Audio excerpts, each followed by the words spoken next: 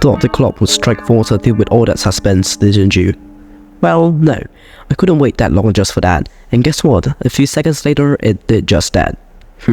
Anyways, the 11th Brackeys Game Jam is starting just 1.5 hours later at 6 PM, which isn't very far away. Wait, isn't the Brackeys Game Jam starting at 6 PM? Let me check the time. Oh, let me get my script ready. Alright, don't panic. Gosh, I might need to change the script a little.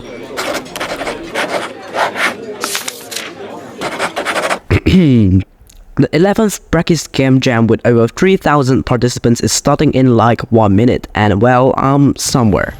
Yes, I'm out and about without my laptop. The only thing I have with me right now is my phone, which probably isn't so useful when making games. Well, all I can do now is to wait for the game review, I guess.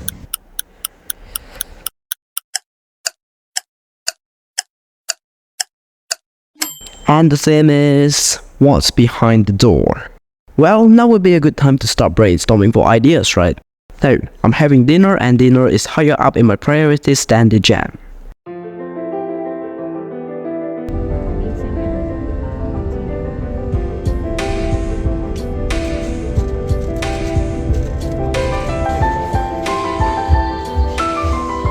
I feel like everyone just automatically knows the cuisine once this shows up.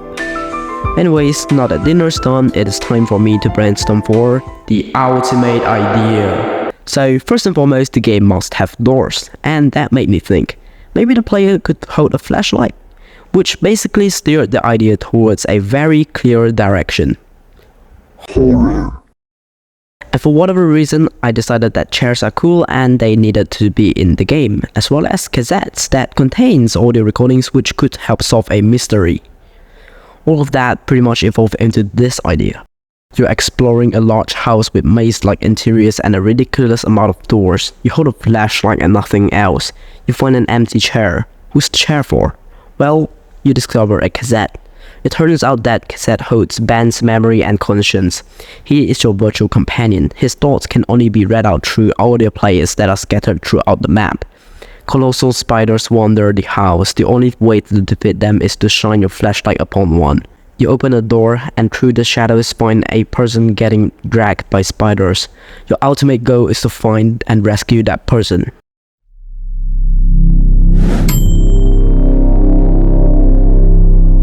Yeah, so I kinda wasted a few hours on the first day not making the game, but hey, I was outside, and by the time I reached home, it was already pretty late.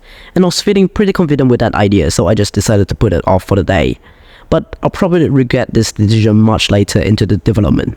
Anyways, so I started by creating a new project in Godot, and then I added a floor followed by a character which was basically an invisible being. One thing I really like about Godot is how you can simply use its script template for the character body 3D and movement works like a charm.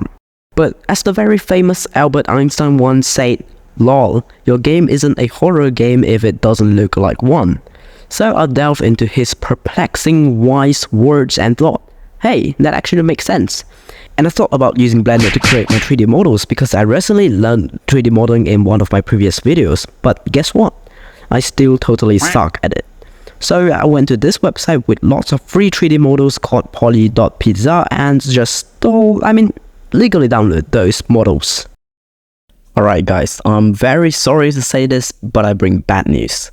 Our dearest invisible bit has very sadly been replaced by this dude. I know we are all mourning for its death, so let's give it the final salute.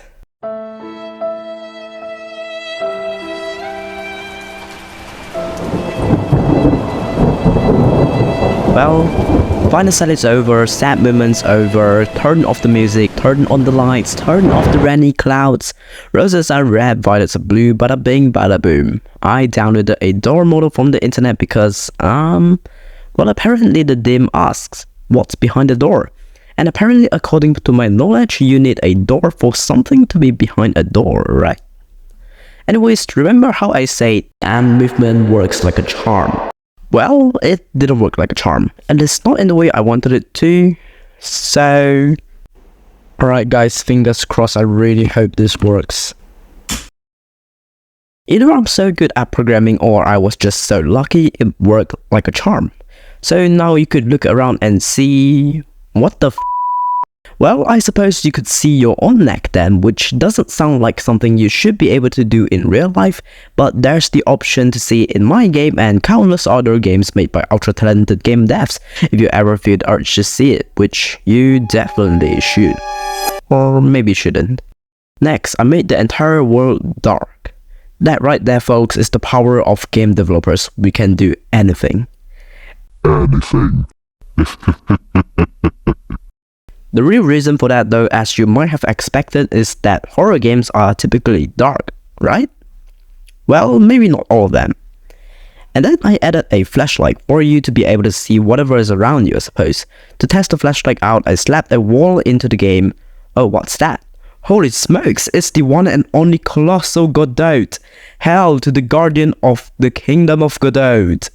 Okay, I made that up, obviously, but it's not every day that you get to see a ridiculously massive Godot just staring at you, is it? So cherish the moment while you can, and I'm gonna let you watch the giant in peace for a couple of seconds. Oh Alright, hope you had the fun time, and I without a doubt had a very, very fun time too. No kidding, like yeah, seriously. Or maybe not. Oh, now I gotta clean this mess up. Anyways, next I slammed all the models I legally downloaded into the game and then spent all my time trying to place this Nice. ground house into the world like you do with 2D tile maps but 3D, which yes, Godot does indeed have something like that known as a grid map. And I tried using it, but to no avail. It's either I just suck at it or the grid map is secretly broken. But the former is more likely. So I went for a different route, that being using a giant CSG box and slapping a free texture that I found on itch onto it. Well, by now the game was looking pretty good, but you might say, "Adi, what about the actual gameplay?" And to that I say, oops. Guess what? Surprise, surprise, I created a map for the game and it turned out that using Blender was unavoidable. There was no escaping the demonic clutch of 3D modeling when you are making a 3D game, which kinda makes sense. Unless you've got a friend who is a master at 3D modeling that you can build a team with, or perhaps you could just go on the community tab in the Jam page and ask for help. So I hopped into Blender somehow without getting blended. Get it? And started tracing the map with extruded default cubes. Yes, that process definitely did take quite some time, and if you thought it only took me 30 minutes, you are so wrong. I ain't some damn Blender wizard. All I did back then was create a delicious donut and some other weird stuff like a bush, a pack of sugar, and a splatter of icing. So all I can manage is to not get blended alive. Alright, I should probably stop using this joke.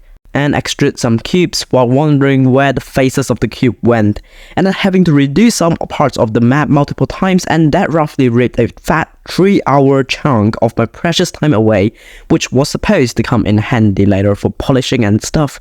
But I guess it's all gone now, which definitely kinda sucks.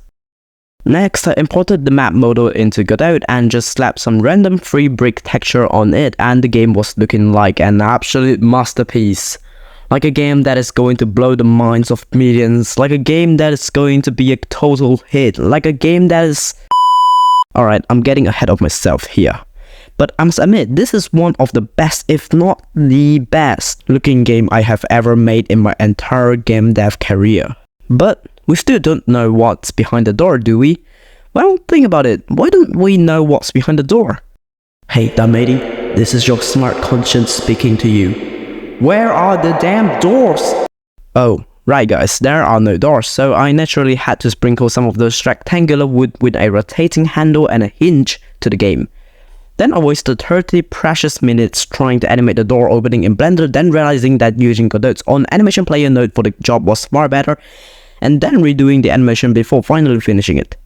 Did that suck? Obviously. See, I already wasted 3 hours and now I waste another half an hour. That was all my polishing and publishing time forever gone. By this point, I was pretty uncertain whether I was going to finish the game in time or not, but I still gotta continue with the development. So I made a script to open and close the door, which was pretty simple and definitely did not have any issues. NANI? Anyways, once that was settled, I gave the player a flashlight that was more attached to his head instead of his hands. And then I tried making some mirrors, which failed horribly. So I searched for some tutorials on YouTube and found Mizizizis. How the hell do you pronounce that? Every time I see the name, I think of the Mississippi River. But yeah, I found a fantastic tutorial on the channel which obviously had to use a second camera, but guess what? My crappy laptop isn't handling any of that. It just deems that as a very intensive task and just freezes and refuses to work at all. So I completely scrapped the idea of mirrors being able to let you see around a corner. Next, I decided to work on the speech of your virtual companion, aka Ben. And because I didn't have the time to voice act out every 16 lines of the script, nor do I have a friend who is an expert at voice acting or a team, I decided that this website called gamejam was my best choice. Hey, here's a joke for you. What do you call it when a shark, a crocodile, and a giant spider walk into a bar? Another typical day in Australia. Please tell me it was. Afterwards, I brought together a little workspace with a sitting lamp, a chair, and a table which a cassette and an audio player rest on. I also added some cobwebs to make it feel like spiders have been At that very place that you're currently looking at. Anyways, because one audio player wasn't enough to play all the messages I used my last brain cell to think of, I went ahead and scattered 60 more of those. And if you want to discover all of Ben's incredibly interesting speech, one-of-a-kind wise words, go find them all. But you can't use those audio players if the cassette is broken, right? So I made it so that you can now pick up the cassette, which basically just shows the cassette fading out of existence.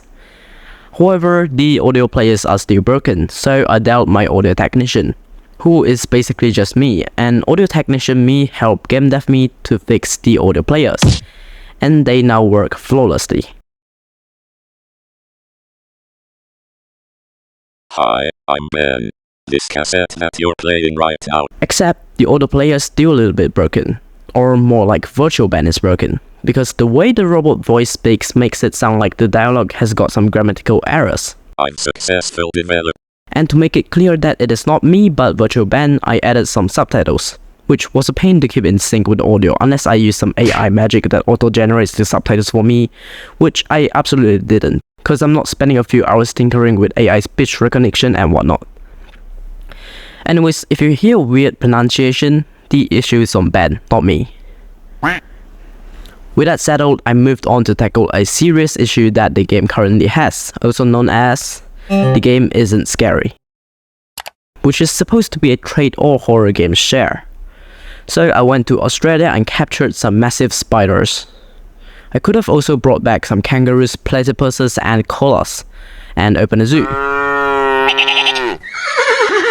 But I decided that I didn't have the time for that because I still got a huge chunk of the game missing. Anyways, I made the spider chase the player cause a spider just standing still and not even staring at you is just a dumb piece of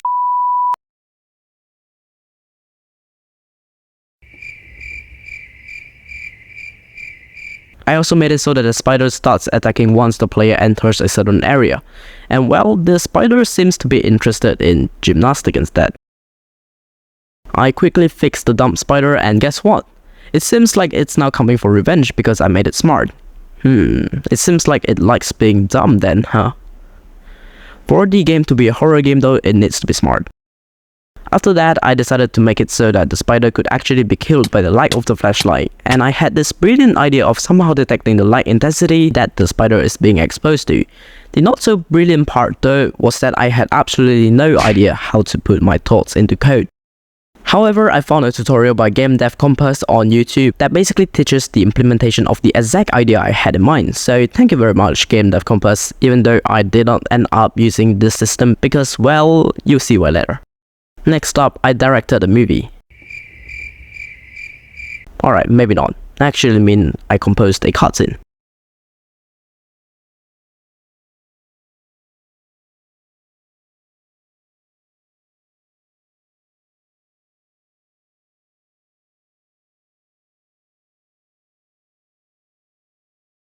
What I did next was exactly the thing that caused a ton of troubles and made me abandon the very cool light detection system. Well, are you ready for the grand reveal? Alright, drum strokes please. I placed too much spiders into the game. Yeah, remember how I said, my crappy laptop isn't handling any of that. It just deems that as a very, very intensive task and just freezes and refuses to work at all. Because this very system actually requires an extra camera pointing at the spider's eye and rendering to a sub-viewport to work. Placing multiple spiders basically means my laptop will probably commit arson. So my very clever solution was to remove the system and leave it for future me to figure it out. So the game currently sounds like nothing. Probably because it doesn't even have sounds, which basically implies that I needed to borrow some sound effects. So I went to freesounds.org and legally downloaded some sound effects. Yes, I'll credit the uploader, please don't shoot me. I then slapped the sound effects into the game, and because sound effects weren't enough,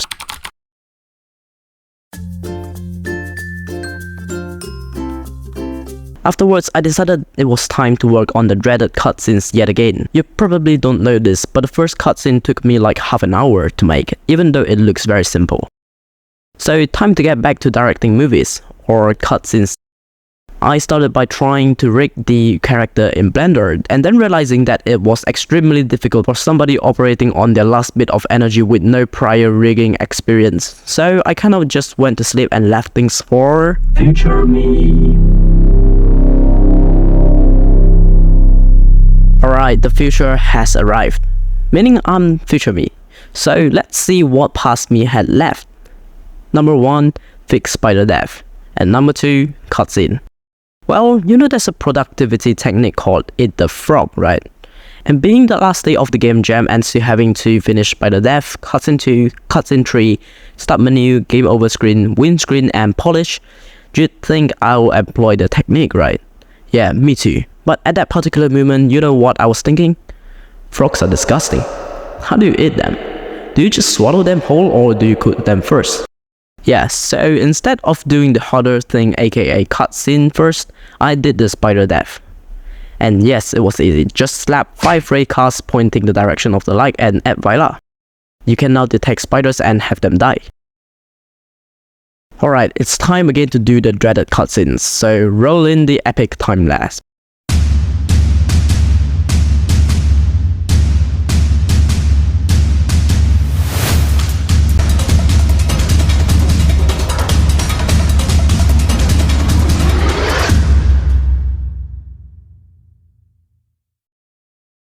So it took roughly 2 hours, and my original estimate was about 1 hour. Hooray, 1 more hour gone, all for a person getting dragged by a spider. Anyways, I proceeded with doing the final cutscene of the game for when you win it. And I had to voice act, because in the final cutscene you were supposed to rescue the real Ben, which meant I could no longer use the virtual Ben voice. I'm however not going to spoil the cutscene here though, so go complete the game if you want to hear my terrible speech.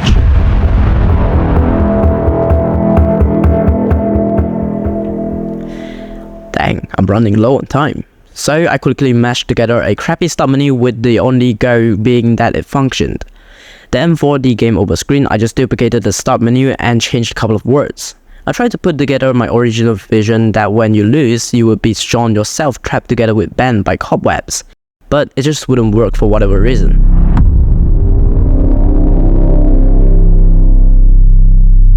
With only 5 minutes to spare, I quickly gave the game a playtest to make sure everything was working fine, and here's a surprise for you.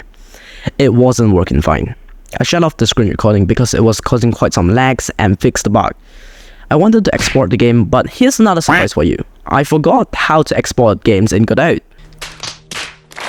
See, I literally have only exported 1 game in Godot, and when was that? 5 months ago. So I quickly searched on Google with no time to spare. Alright, surprise. Since I upgraded to a new version of Godot from the last time I exported the game, I didn't have the necessary export templates to export to the web. And I should have just exported to Windows instead, but I was too dumb at that nerve-wracking moment and waited. I waited for what seemed like an eternity for the templates to download. I exported the game, and I must say, I was pleasantly surprised by Godot's export speed unlike Unity. And as I went to the jam page to submit my game, I was shocked to discover that, very sadly, the clock had struck 7. That was it. That was the end of the submission period for the jam. I had failed. I was so invested in the moment that I didn't even record the minute the jam ended. I just sat for 7 minutes straight, playing through my game and giving some touch-ups before finally remembering that I haven't recorded the jam page. So here is the jam page, stating, voting ends in 13 days, 23 seconds, 52 minutes, and 28 seconds. Well, some of you eagle-eyed viewers may have spotted that I changed time zones. At the beginning of this video, it read 6 PM, and now it reads 7 PM. And that's because I'm in Thailand for a family vacation. I don't want to end the video on a sad note, so let the clips roll.